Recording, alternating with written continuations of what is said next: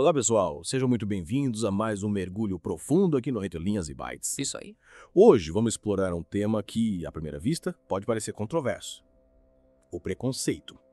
E para nos guiar nessa jornada, temos como base o livro Em Defesa do Preconceito, do autor Theodore Dalrymple. É isso aí. Preparem-se, porque o Dalrymple não é daqueles autores que ficam em cima do muro. Ele mergulha de cabeça nesse tema e nos convida a repensar tudo que a gente acha que sabe sobre preconceito. Exatamente. Afinal, estamos tão acostumados a ver o preconceito como algo totalmente negativo, algo a ser combatido a todo custo. Mas, e se a gente dissesse que, segundo Dalrymple, uma vida completamente livre de preconceitos não é só impossível, como também pode ser prejudicial? Pois é. E o mais interessante é que ele não tira essas conclusões do nada. Dalrymple foi psiquiatra e trabalhou por anos em prisões na Inglaterra. Nossa. Ele viu de perto o impacto do preconceito, tanto o lado negativo quanto, acredite ou não, o lado positivo. É isso que torna esse livro tão instigante, né? Ele nos leva para além do senso comum, nos desafia a questionar as verdades pré-estabelecidas. E já adianto, preparem-se para algumas surpresas pelo caminho. Mas antes de começarmos, um recadinho rápido para os nossos ouvintes. Não se esqueçam de curtir, compartilhar esse episódio com seus amigos e deixar sugestões de livros que vocês gostariam que a gente explorasse aqui no podcast. Sua participação é super importante pra gente. Com certeza, adoramos receber o feedback de vocês e saber o que estão achando do nosso trabalho. Mas voltando ao livro, uma das primeiras coisas que me chamou a atenção foi a crítica que o Dalrymple faz àquela visão liberal da história, sabe? Aquela que coloca o progresso e o iluminismo como protagonistas e meio que ignora o papel do preconceito nos eventos do passado. É como se a gente tentasse contar a história da humanidade só pelos seus melhores momentos, né? Escondendo as partes feias debaixo do tapete. Mas será que essa é uma visão completa e honesta do que realmente aconteceu? Exatamente. E o Dalrymple usa as guerras da história na Austrália como um exemplo perfeito dessa questão. Você está familiarizado com esse debate? Claro.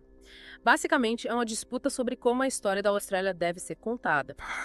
Alguns historiadores argumentam que a narrativa principal deve ser a da exploração e desapropriação dos povos indígenas, o que sem dúvida aconteceu e precisa ser reconhecido. Mas o Dalrymple questiona se focar apenas nesse aspecto, por mais importante que seja, não cria uma visão distorcida que obscurece outras nuances da história australiana. É como se a gente ficasse preso num loop infinito de culpa e vitimização, sem conseguir enxergar os avanços que foram conquistados ao longo do tempo. Tipo, ninguém aqui está negando as injustiças do passado, mas será que focar só nelas nos ajuda a construir um futuro melhor? Exatamente. E essa crítica do Dalrymple se estende também à forma como a gente educa as crianças hoje em dia. Ele se preocupa com essa ideia de criar gerações completamente livres de preconceitos, sem nenhuma base moral pré-estabelecida. E ele usa um exemplo super interessante para ilustrar essa questão.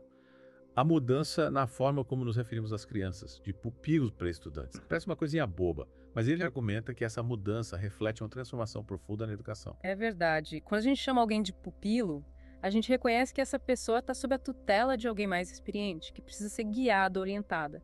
Já a palavra estudante passa a ideia de uma autonomia muito maior, como se a criança já soubesse o que precisa aprender e como aprender.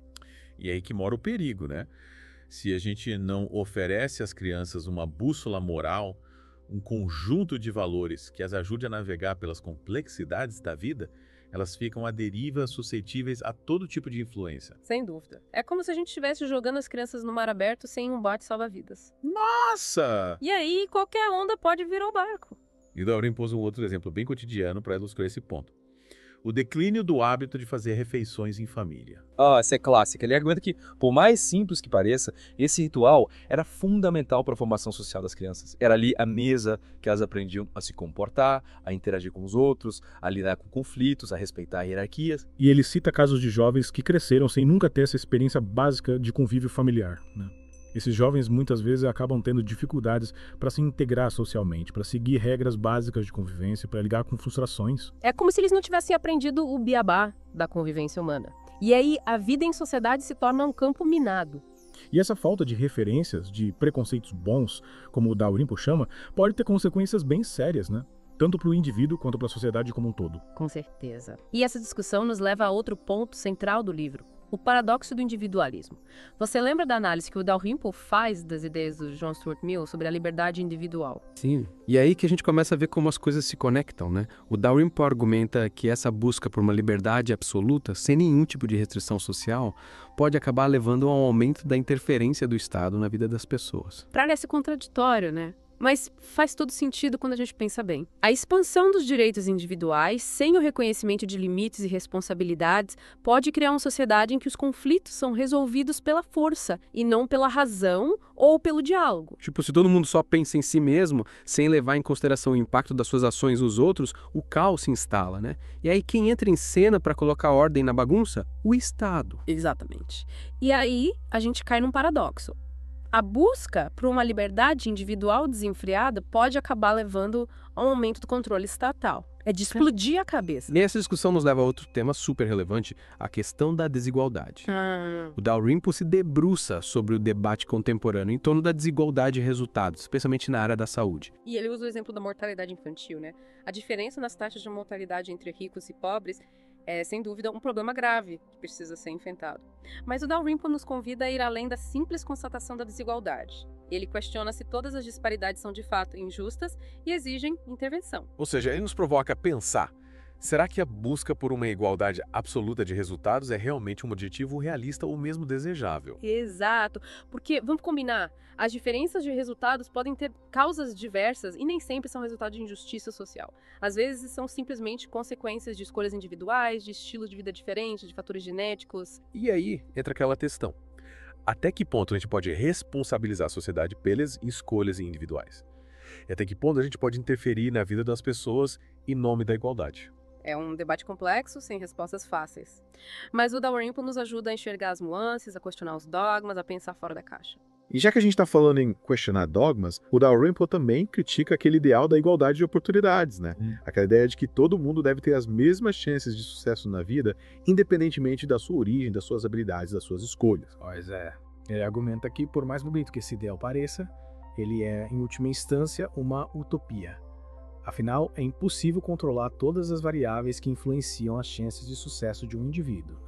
A origem familiar, as habilidades inatas, as escolhas pessoais. É como tentar criar um mundo perfeito em que todo mundo parte do mesmo ponto de partida e tem as mesmas autoridades. Mas a vida real não funciona assim, né? Nem de longe. E o Dalrymple vai além, questionando se a tentativa de criar uma sociedade com igualdade absoluta de oportunidades não exigiria um nível de controle social que beira o totalitarismo. Tipo, a gente teria que controlar tudo e todos, desde o berço até o túmulo, para garantir que ninguém tenha nenhuma vantagem injusta sobre os outros. É meio assustador, né? Totalmente. E aí a gente volta àquele paradoxo que a gente discutiu antes.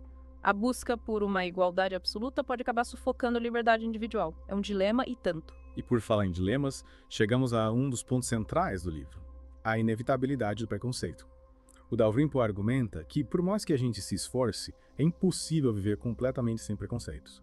Eles fazem parte da nossa forma de pensar, de interpretar o mundo, de tomar decisões. E ele usa um exemplo que eu achei simplesmente genial. Una jovem que se orgulhava de ser contra qualquer forma de autoridade.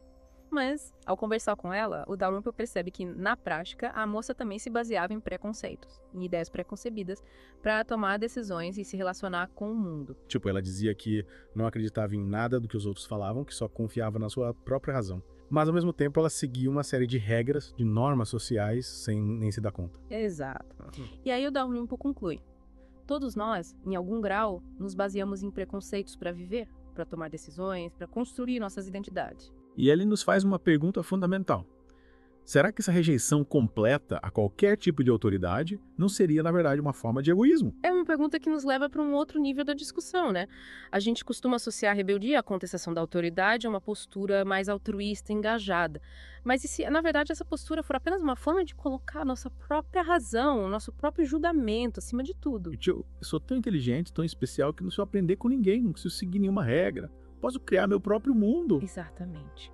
E essa arrogância intelectual pode nos cegar para os nossos próprios erros, para os nossos próprios preconceitos. Afinal, se a gente se coloca como centro do universo, como a única fonte de conhecimento válido, a gente deixa de ouvir os outros, de aprender com a experiência alheia. E aí, a gente cai na armadilha do narcisismo, né? E o Dalrymple argumenta que essa busca por uma autonomia absoluta, essa crença na nossa própria infalibilidade, pode nos levar a cometer erros graves, a tomar decisões que prejudicam a nós mesmos e aos outros. Sem dúvida. E ele nos lembra que, por mais que a gente se esforce, é impossível eliminar completamente os preconceitos. Eles fazem parte da nossa forma de pensar, de interpretar o mundo. A questão para o Dalrymple não é eliminar completamente os preconceitos, mas sim Escolher quais deles são válidos, quais deles nos ajudam a viver melhor, a construir uma sociedade mais justa e harmônica. exatamente. E antes de continuarmos essa discussão, que talvez a gente fazer aquele recadinho para os nossos ouvintes. Pessoal, não se esqueçam de curtir, compartilhar esse episódio e deixar sugestões de livros para nossos próximos mergulhos. A participação de vocês é fundamental para o Entre Linhas e Bytes continuar crescendo. E aí, o que você acha que o Dalrymple quer dizer com preconceitos válidos? A gente volta já para desvendar esse mistério e mergulhar ainda mais fundo nesse tema fascinante. Fica ligado. E aí, pessoal, estamos de volta para a segunda parte do nosso mergulho no livro Em Defesa do Preconceito, do Theodore Dalrymple. Isso aí. Antes do break, a gente estava falando sobre a inevitabilidade do preconceito. E a ideia de que tentar viver sem nenhum tipo de preconceito pode ser, na verdade, uma forma de egoísmo. Pois é. A gente parou justamente naquela pergunta. O que o Dalrymple considera como preconceitos válidos? E essa parte me deixou de queixo caído. Ele usa o exemplo do Richard Dawkins. Sim. Aquele biólogo super famoso, crítico ferrenho da religião e defensor do pensamento científico para ilustrar essa questão. E qual a relação do Dawkins com os preconceitos bons? A princípio, parece que ele é o cara que questiona tudo, que não aceita nada sem provas, né? Exato. Mas aí que o Dalrymple nos dá uma sacada genial. Ele argumenta que, mesmo Dawkins, que se coloca como um paladino da razão, da crítica a todo dogma, aceita certos mandamentos sem questionar. Tipo, um dos mandamentos que Dawkins defende é trashe todas as coisas, questione tudo. Mas o próprio Dalrymple questiona. Será que é realmente possível questionar tudo? Será que a gente tem tempo e capacidade para isso? É tipo, a gente vai questionar a lei da gravidade ou a existência do Brasil. São coisas que a gente aceita como verdadeiras, sem precisar fazer experimentos ou viajar até lá para comprovar. Exatamente. E o Dalrymple argumenta que a gente precisa confiar em alguma forma de autoridade, seja dos historiadores, dos cientistas, dos nossos pais, dos nossos professores. A gente não pode redescobrir a rosa a cada geração, né? Precisa ter uma base de conhecimento para se apoiar. E essa confiança, essa aceitação de certos conhecimentos como válidos, ensina uma forma de preconceito. No fundo, a gente está sempre partindo de algum tipo de preconceito, de ideia pré-concebida. A questão é, quais preconceitos a gente escolhe carregar? Quais deles nos ajudam a viver melhor, a tomar decisões mais acertadas, a construir uma sociedade mais justa? E aí o Dalrymple nos convida a fazer uma análise crítica dos nossos próprios preconceitos. Será que eles são baseados em evidências, em experiências reais? Ou são apenas frutos de preguiça mental, de medo do diferente, de ideias que a gente herdou sem questionar? É um exercício tanto, né? Mas é fundamental se a gente quer ser pessoas mais conscientes, mais justas, mais livres. E essa discussão nos leva a outro ponto super intrigante do livro.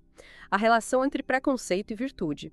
O Dalrymple argumenta que, em muitos casos, o preconceito é um requisito para a benevolência, para a compaixão, para o altruísmo. Como assim?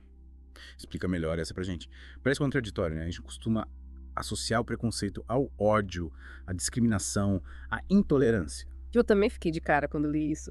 Mas o Dalrymple argumenta que para a gente agir de forma benevolente, para ajudar o próximo, para ter compaixão, precisa, em primeiro lugar, reconhecer a necessidade do outro. E como o preconceito entra nessa história? Ele diz que esse reconhecimento muitas vezes se baseia em preconceitos. Por exemplo, se a gente vê uma pessoa pedindo esmola na rua, a gente pode ter diferentes reações. Pode ignorar, sentir pena, sentir raiva, querer ajudar. E essas reações muitas vezes são influenciadas pelos nossos preconceitos. Tem gente que tem preconceito contra quem pede esmola, acha que a pessoa é preguiçosa, desonesta. E tem gente que tem preconceito a favor de pessoas em situação de vulnerabilidade, acredita que elas merecem ajuda, compaixão. Exatamente. E esses preconceitos vão influenciar a forma como a gente age, como a gente se relaciona com o outro. Então o preconceito em si não é bom nem ruim. O que importa é a forma como a gente usa ele, as consequências que ele gera. Perfeito. E o Dalrymple argumenta que, em muitos casos, a rejeição de certos preconceitos pode ter consequências negativas, levando a um aumento da violência, da desordem social, da desintegração familiar. Tipo, ele usa o exemplo da mudança nos costumes em relação às relações entre os sexos, né?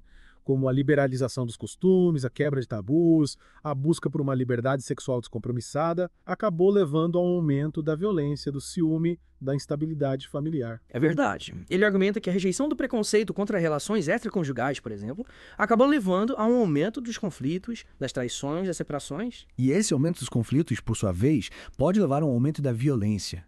Ele descreve casos de pessoas que foram agredidas, até mesmo assassinadas por causa de ciúmes, de disputas por parceiros. E aí a gente entra num ciclo vicioso, né? A rejeição de um preconceito pode levar a consequências imprevistas a um aumento da desordem social. E o Dalrymple argumenta que esse tipo de desordem social, essa falta de limites, essa ênfase no individualismo, pode levar, paradoxalmente, a um aumento do controle estatal. Exato, porque quando as pessoas não conseguem resolver seus conflitos de forma pacífica, quando a violência se torna regra, o Estado precisa intervir para garantir a ordem, para proteger os cidadãos. Ou seja, a busca por uma liberdade individual absoluta, sem o reconhecimento de limites, de responsabilidades, de valores morais, pode acabar levando ao extremo oposto ao autoritarismo. É um paradoxo e tanto, né? E o Dalrymple explora isso com muita profundidade, nos levando a questionar nossas próprias crenças sobre liberdade, igualdade, justiça social. E essa discussão nos leva de volta à questão central do livro: a inevitabilidade do preconceito. Por mais que a gente se esforce, é impossível viver sem preconceitos.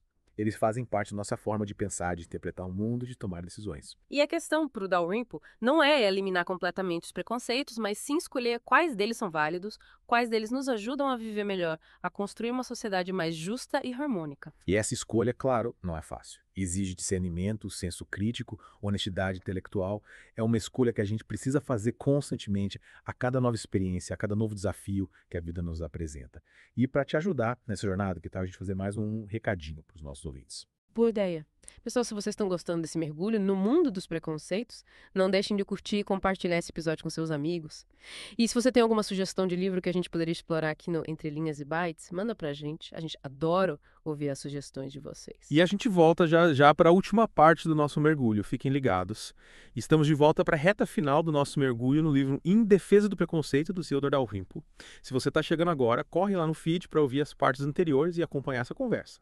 É isso aí. A gente desvendou várias ideias polêmicas, explorou paradoxos, e agora é a hora da gente amarrar as pontas soltas e tentar entender a mensagem final do Dalrymple. E a gente não está sozinho nessa jornada, né? A gente quer ouvir também as reflexões de vocês, ouvintes. Na parte 2, a gente lançou a pergunta: quais preconceitos vocês consideram importantes? Quais vocês já abandonaram? E essa mudança foi para melhor ou pior? Compartilhe com a gente nos comentários. Isso, a gente quer saber a sua experiência, a sua visão sobre esse tema que, como a gente viu, é cheio de nuances e complexidades. E o livro do Dalrymple dá ferramentas para as pessoas navegar nesse mar de incertezas, né? Ele nos ajuda a questionar as nossas crenças, repensar como a gente se relaciona com o mundo, com as outras pessoas. O Dalrymple nos convida a sair da zona de conforto, abandonar o dogmatismo, se abrir para o diálogo, reconhecer a complexidade da natureza humana. É o chacoalhão, né? Ele fala, acorda para a vida. A busca por uma sociedade perfeita, totalmente livre de preconceitos, pode ser, na verdade, um caminho para autoritarismo, para intolerância. Porque, como a gente viu, tentar eliminar totalmente os preconceitos pode levar a gente a negar a nossa própria natureza, a nossa capacidade de julgar, de discernir, de fazer escolhas. E essa capacidade de fazer escolhas, de usar nosso senso crítico, é fundamental para construir uma sociedade mais justa, mais livre, mais humana. Com certeza. E essa é a grande mensagem do Dalrymple. A importância de pensar por nós mesmos, de questionar as verdades pré-estabelecidas, de escolher os nossos próprios preconceitos de forma consciente e responsável. E para finalizar esse mergulho com chave de ouro, fica a provocação. Será que a gente consegue ser verdadeiramente livre e se negar a nossa capacidade de julgar, de ter preferências, de fazer distinções? Deixa eu pensar, hein? E a gente espera que o livro do Dalrymple e também o nosso podcast ajudem você nessa busca por respostas. E antes de me despedir, queria lembrar, a gente adora o feedback de vocês. Então não esquece de curtir e compartilhar esse episódio com os amigos e deixar sugestões de livros para os nossos próximos mergulhos aqui no Entre Linhas e Bytes. A gente se encontra no próximo episódio. Até lá!